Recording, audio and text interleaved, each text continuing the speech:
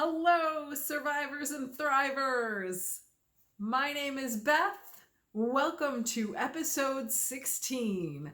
Today I will be talking about one finished item, what I'm wearing, as well as, which is actually not a new finished object, just to be clear. And then I have 3 whips I'll be talking about and a couple of new to me items. So let's get started by talking about what I am wearing. This is Bloomsbury and it is by Svetlana Volkova.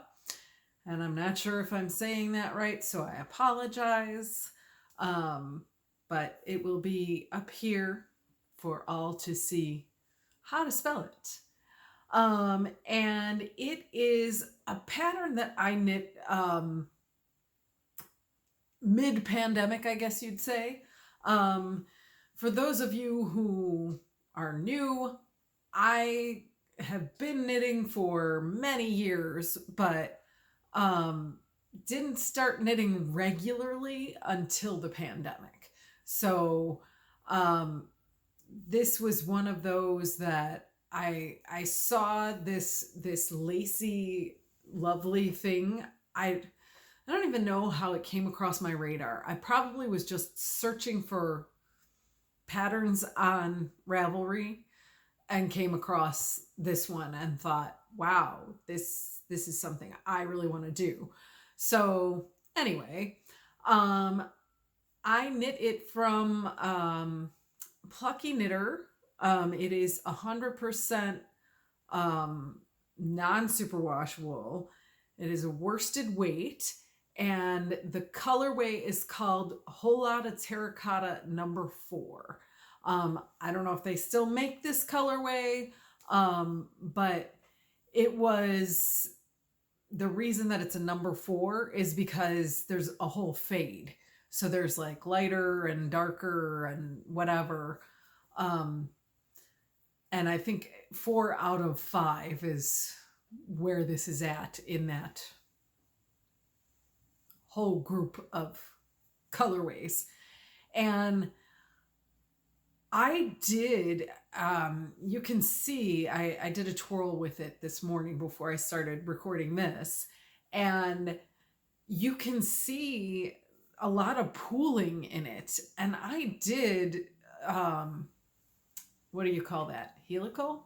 No, I think that's the wrong. I alternated skeins. That's what I did. And so I almost feel like because I alternated skeins, that's why it pooled the way it did. And who knows, maybe it would have pooled in a different way. But whatever, I honestly, when I look at this, I don't look at that and think, ooh, yuck. I don't like how that happened. It's just, it's how the yarn is, and I love the color. I know it's a tonal thing, and I expected to see lighter and darker in different places, and pooling is fine with me. This was a great experience for learning about waist and hip shaping. This, I actually use this as sort of my base for how I like my sweaters to fit. So this was the first sweater that I knit for myself that I really liked the fit of. So this has sort of been, you know, when I'm looking at a length of a sweater or thinking about whether or not I'm going to add waist shaping, I always come back to this pattern and how I did it.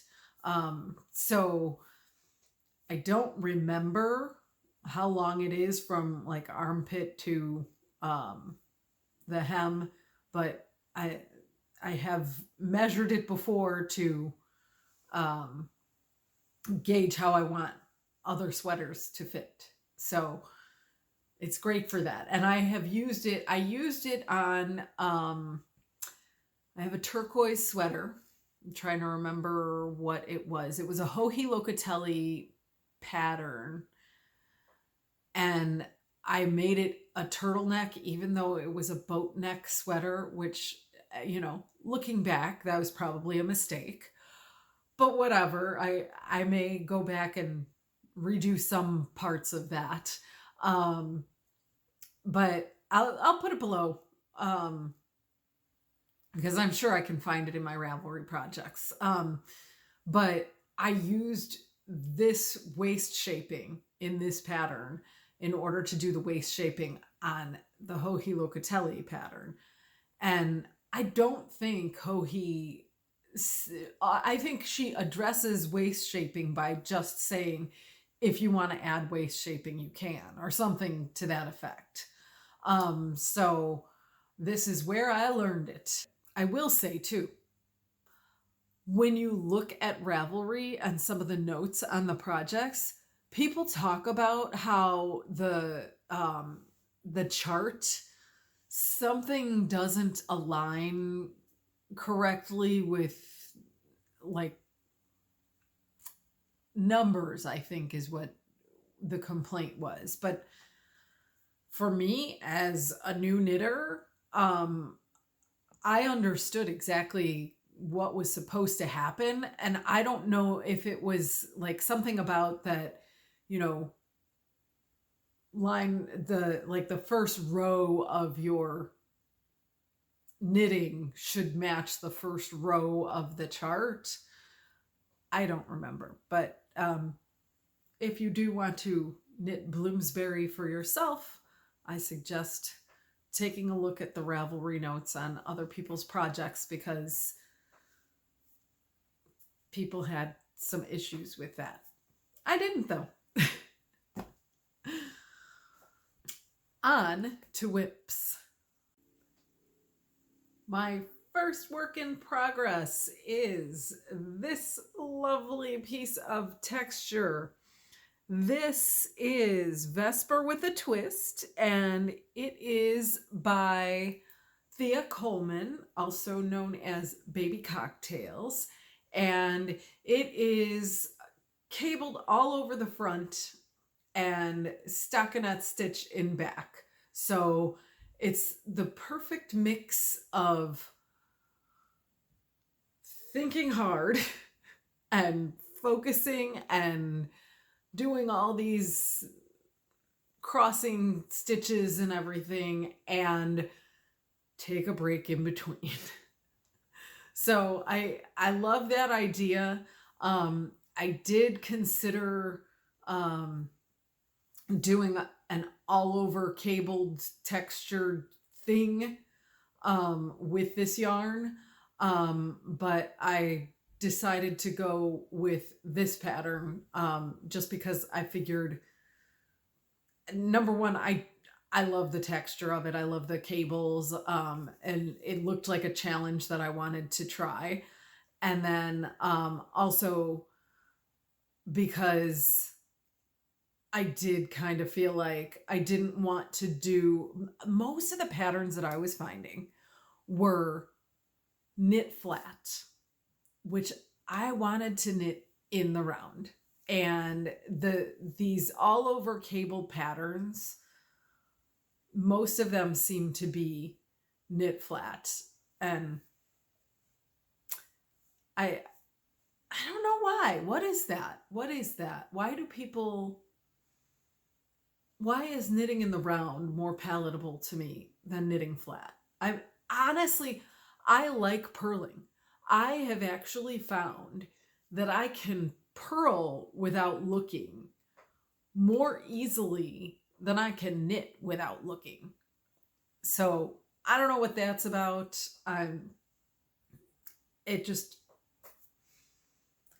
That's how I am. But I went with this. I definitely think this is going to be a lot simpler for me. I think I'm going to love it when it comes out. I'm so excited about it. I am adding waist and hip shaping to this in the same way that I talked about with this sweater, Bloomsbury.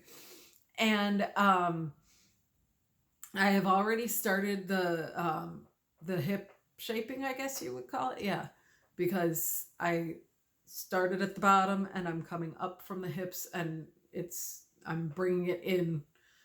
Well, yeah. Yes. Anyway, um I'm excited about how this is going to fit.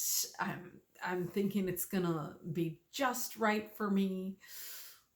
I can't wait to get this through. Oh, so excited. And let me tell you about the yarn. This yarn is a 50-50 wool alpaca blend. It comes from, I bought it at a trunk show in Wyoming, and the business that was holding the trunk show at Cowgirl Yarns was Nerdy Sheep Fiber Works, and I believe she's from Colorado, and she told me that this is the natural color of the animals, and I believe, not sure, because I was in a fiber frenzy. I was on yarn fumes, couldn't calm myself down enough to really focus on what she was saying, but I think she said she hand spun it. So I don't know. There's a lot of vegetable matter in this, so would not surprise me if that really is what she said. So anyway, this is Vesper with a twist. I hope to get it done very soon so I can wear it when it starts getting colder. We have recently had some colder weather. It has been mild, I would say. It's not quite sweater weather yet. I mean, especially for something like this. This is a non-superwash. I can't remember if I said that before. So it's warm. It's very warm. I tend to get quite heated in this, and so I will sometimes feel the need to remove it in the middle of a day, and I always wear something underneath it. The other thing I was going to say, I don't remember. Oh, about it getting cold. It has been getting colder, and like overnight, 2 nights ago, the forecast low was 33. And I have said in previous episodes, I'm vegetable gardening. All I'm growing right now is bell peppers and potatoes. The potatoes were actually more or less an accident. Like, I noticed a potato I had some eyes on it. So I was like, what if I chop this into pieces and put it in the ground? And lo and behold, it's actually growing. So I've got 4 potato plants. We'll see what comes out. Even if I just get little baby potatoes, what do they call those? New potatoes? That's fine. At least it'll be something. And in the same way that anybody who's been here for a while has heard me say, I just love knitting. I love seeing how things shape up. I think it's so cool. Same thing with plants. I mean, right now I've got like my kitchen window, the ledge is like covered in experiments, all the different things I'm trying. I've got another potato that had eyes that I have a little dish, and my chopped up pieces of it are like sitting on the dish and I keep adding water every day because I'm curious to see how it grows. But anyway, I was talking about the weather. So the other day, I was sort of divided on this. I have had serious allergy issues this year. I don't know if anybody else in the Midwest has gotten the horrible ragweed allergy. Oh my gosh. It was really bad this year, and my eyes were itching. It was not pretty. Anyway, part of me was hoping that it would freeze so that we could get the ragweed just done and out of here. But the other part of me was like, I don't want my plants to freeze because they're not done growing yet. So I took a cardboard box and covered up my plants. I had a big cardboard box. I don't even remember what came in it.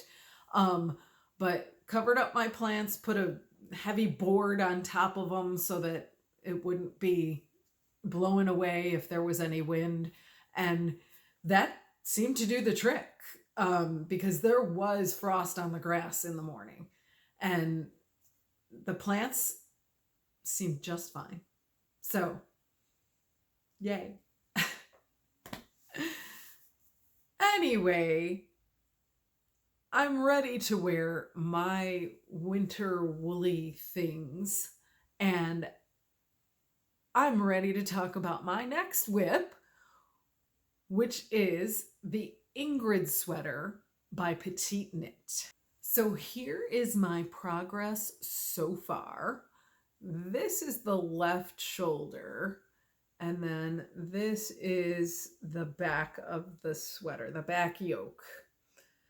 And I'll actually turn it around and show you this is how it's going to be oriented on my body. And so the right shoulder has yet to be done. There will be a mock turtleneck that is added, probably at the end. I don't know.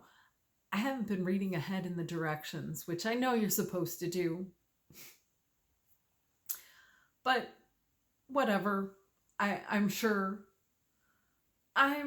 whatever happens, I'll get there, and if I need to redo something, I'll redo it. Because I like knitting. The yarn that I'm using for this is, I'll take the whole skein so I can show on the screen. Barnyard Knits in the colorway. Where is it? Oh, in the colorway, A Walk in the Woods. And I did see the other day on Instagram that she still has this colorway. So if you're looking for this colorway, go snap it up because it's beautiful. I love it. I don't know how many green fans there are out there, but I am a major green fan. And I am holding it double with Rowan Kidsilk Haze in the colorway Fern. This, by the way, is a DK 100% superwash wool. And this is, I want to say Surrey alpaca, but that's not it. It is mohair. Mohair silk. That's what it is. And I don't know. Well, I do know. I did not buy enough mohair to hold double with it the whole way through. So I'm going to see how far I get. And that's how far I get. And if the sleeves look like they're lighter than the rest of the body, that's fine. If I get to the elbows on the sleeves and run out of mohair, that's fine too. I'm just going to do what I can with it. I bought what was left at Elgin Knitworks when I went there, and they had 4 balls of it, and we'll see how far it stretches. I am loving this pattern. This again is one of those where I started it and like it didn't occur to me until like just today that I was like, this isn't like any sweater I've knit before. Normally, I knit in the round, starting a top-down sweater, and then there's either raglan increases or there's the circular yoke increases. This is, I knit the back yoke as one piece. This. And then, oh, and I'm holding it backwards, but the back yoke as one piece. And then I had to pick up stitches in order to do the left shoulder. And I will pick up more stitches. That's the next step. I just finished. This is the end of that next step. And that's why it's on this little wire thing.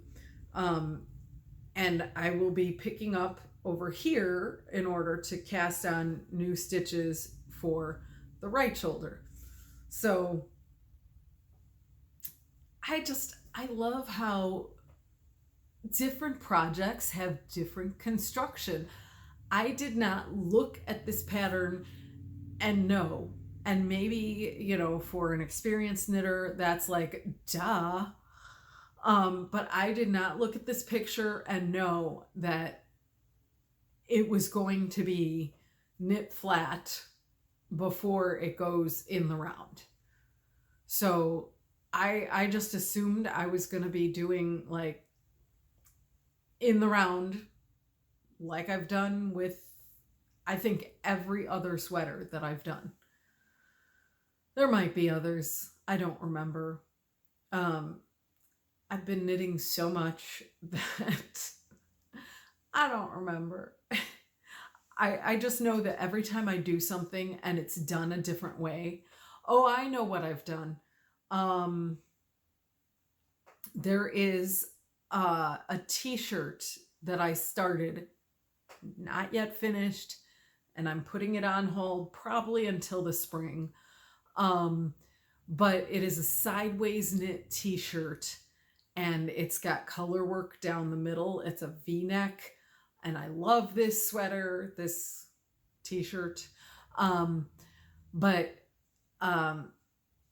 had some issues with making it work. But I think it's so cool how you can start from the sleeve and go all the way down to the other sleeve and get a one-piece garment that way. The name escapes me right now. I'll put it here. But I went off on a tangent, and I think I said everything I really need to say about this sweater. I'm looking forward to wearing this in the winter months. I have never knit with mohair before, so this is a new thing for me. So new construction, new yarn, all of it. So exciting. So that is my second whip. My third whip is something that many, many, many people are doing right now. I found myself at the very last minute having a sense of FOMO about the West MKAL. So I went into my stash. I found yarn that I thought would look good together, and I hadn't even bought the pattern when I picked out my yarns. So let's talk about this. I'm not going to show anything of any substance. I'm going to show my yarns. In fact, I only have 2 of them here. This is my first one. I chose this because I have all of them. I chose this because it has colors that go well with some of the other colors I have. this green. See how nicely that looks together? I see some of that green kind of popping out here in this. And nope. Oh, here it is. This blue. So you can see how nicely that coordinates. And I like the colors together. But when I bought the pattern, because I decided I just couldn't miss out on this, I didn't read all the way through all the introduction stuff. But I later did after I cast it on for it. So for those of you who are concerned that you don't want any spoilers, this is your warning. Fast forward 2 minutes and I will be done showing it. So this is as far as I got. It is a lovely I-cord cast on. I didn't even finish the cast on because I realized I watched the video that he puts out with the first clue, and I realized that I was not going to like how my yarns worked together in this pattern. And he specifically says in the introduction, there was like a 3-page introduction talking about gauge and yarn choices and stuff like that. And he specifically says, don't use a super speckled yarn. Well, that was my first choice. So I was not about to buy new yarn for this, especially not knowing what this entire thing looks like. I just decided that's okay. I don't need to knit this. So I am going to frog what I cast on and be done.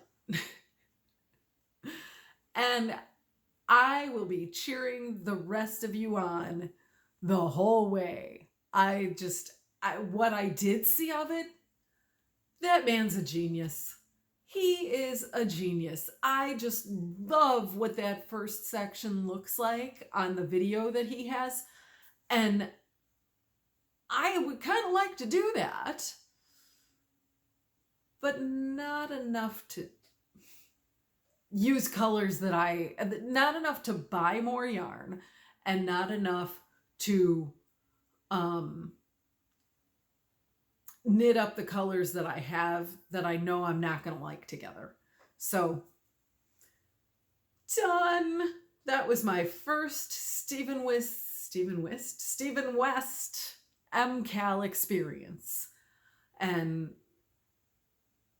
maybe I'll do it in the future. Maybe I won't. We'll see. So that's it for whips. Next up, new to me. First up in new to me is this lovely bag.